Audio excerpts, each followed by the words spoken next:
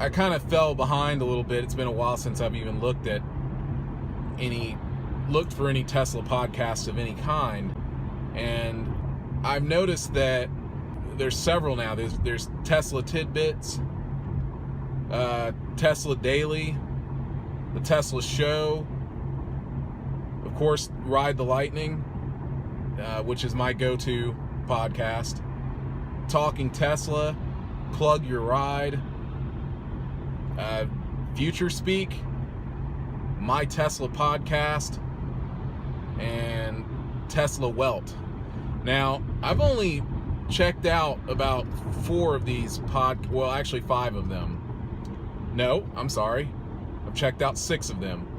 And I would say that the one that's the second best one to Ride the Lightning, I would have to say, is Plug Your Ride. Well, that's what this whole thing is about. I'm talking right now about Ryan McCaffrey and what recently went on with him and Elon Musk. I am happy for him, and I congratulate him for his success with that podcast and everything he's done. Like I said, his podcast really got me through the long, excruciating wait for my Model X. And I think about that, and I remember when I finally took delivery of my Model X, I was so excited. I was going to call him and leave a message and all that, and then he was going through all that stuff with his dog Maggie, and I just felt really bad about that, and it kind of took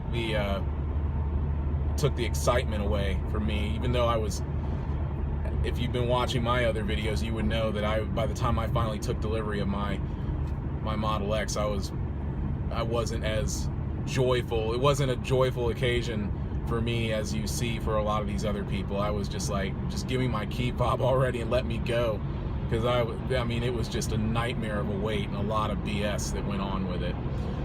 But anyway, back to Ryan McCaffrey and the podcast and all that. I really hope that he is going to be happy for the Model 3. I really would hate to see that guy get crushed. I know that there's some haters here. I mean, there's some haters that even that call me a hater and want to hate on me and just multiply the hate. But I really, when you see someone who is that into a movement like he is, I certainly hope that he doesn't have to experience anything like what I've gone through with my Model X, because that kind of disappointment, I don't know. I mean, he's definitely more of a fanboy than I ever was, but he's definitely the fanboy that you can love. I mean, you can tell he's a real genuine guy. They're not. I mean, there are a lot of people out there doing it, and I'm not going to say anything bad about anyone, because that's not what I do. I don't talk trash on any of the other guys, but some of the guys that I really like out there, Ryan McCaffrey's at the top of my list, of course. I really like James Cooke a lot. I really like him. I really like Sean Mitchell too. I really like him.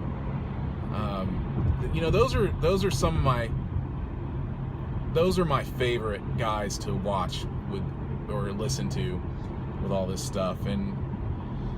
But anyway, I would just hate to see someone go through what I've gone through after all that build up. But I have a feeling that this is what I've been talking to everyone about the favoritism that they have at Tesla. If Elon Musk is reaching out to him, they're going to make sure that this Model 3, this performance Model 3 that Ryan McCaffrey's getting, this thing is going to be better than what Elon Musk would drive. I'm sure they're going to give him the #1 Model 3. Elon Musk is going to build this thing himself, because if he doesn't, I'm sorry, but Ryan's going to be really disappointed. That's all I have to say about that. I think about this stuff a lot lately, and my disappointment is just, it far outweighs my enthusiasm to get this product. Now, my frustration with this whole nightmare of an ownership experience is the exact it's more intense than when I was waiting to get this vehicle, if you can believe it. I mean, wow. It's almost turning into like a boat purchase for me.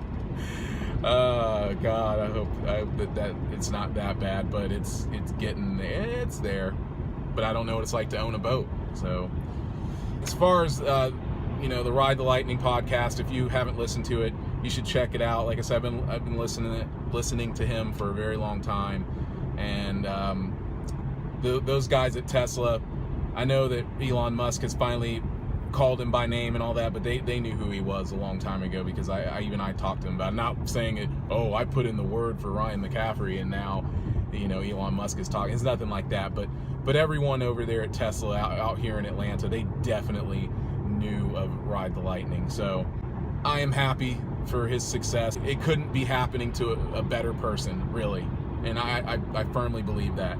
I just hope that they don't disappoint him, because if they do, that's gonna really hurt their brand. Good day.